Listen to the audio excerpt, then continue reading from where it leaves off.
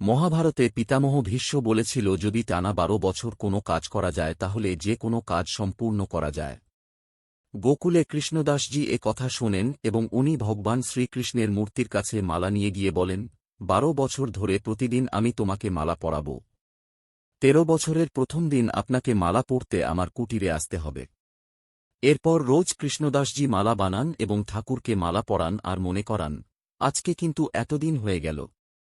এরকমভাবে ১২ বছর পূর্ণ হওয়ার আগের দিন ভগবানের কাছে গিয়ে বলল, ঠাকুর কালকে কিন্তু আপনার পালা, কালকে আপনাকে মালা পরতে আমার বাড়ি আসতে হবে।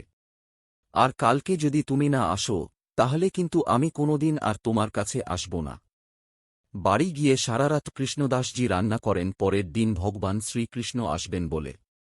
সকাল থেকে আশা করে বসে রয়েছেন এখনই ঠাকুর আসবেন। সন্ধে হয়ে গেল, কিন্তু ঠাকুর এলেন না। এতে কৃষ্ণদাসজি রেগে গিয়ে সব খাবার এক পুটলিতে বেঁধে মন্দিরের বাইরে দাঁড়িয়ে সব লোককে বলতে লাগল, কৃষ্ণ বলে কেউ নেই, পাথরের মূর্তি ওটা। যদি সত্যি শুনত তাহলে আমার বাড়ি যেত। এই বলে বাড়ির দিকে যেতে থাকল। যাওয়ার পথে দেখল একটা ছোট ছেলে অনেক গরু নিয়ে রাস্তা দিয়ে যাচ্ছে। ছেলেটি বলল, বাবা একটু দাঁড়াও, এত গরু আসছে, ধাক্কা লেগে যাবে। কৃষ্ণদাসজি থেমে গেল। ছেলেটা বলল, বাবা তোমার ঝোলা থেকে খুব সুন্দর গন্ধ আসছে। তুমি মনে হয় খাওনি, যতক্ষণ গরু যাচ্ছে তুমি বসে খেয়ে নেও। কৃষ্ণদাসজি বলল, না আমি খাব না। ছেলেটি বলল, কেন, কি হয়েছে? আরে শ্রীকৃষ্ণ আছে, ওর খুব অহংকার। ১২ বছর ধরে আমি মালা পরিয়েছি, একদিন আসতে বললাম আমার বাড়িতে মালা পরতে, আসল না। বাবা রাগ করো না, আমি সকাল থেকে কিছু খাইনি, আমায় খাইয়ে দেও। ঠিক আছে, তুমি খেয়ে নেও।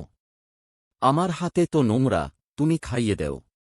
এবার কৃষ্ণদাসজি নিজে একবার খাচ্ছে, ছেলেটিকে একবার খাইয়ে দিচ্ছে।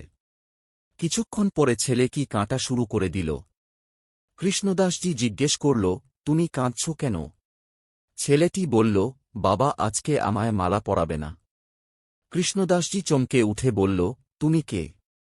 ছেলেটি হেসে উঠে বলল, আমি তো হলাম তোমার কৃষ্ণ।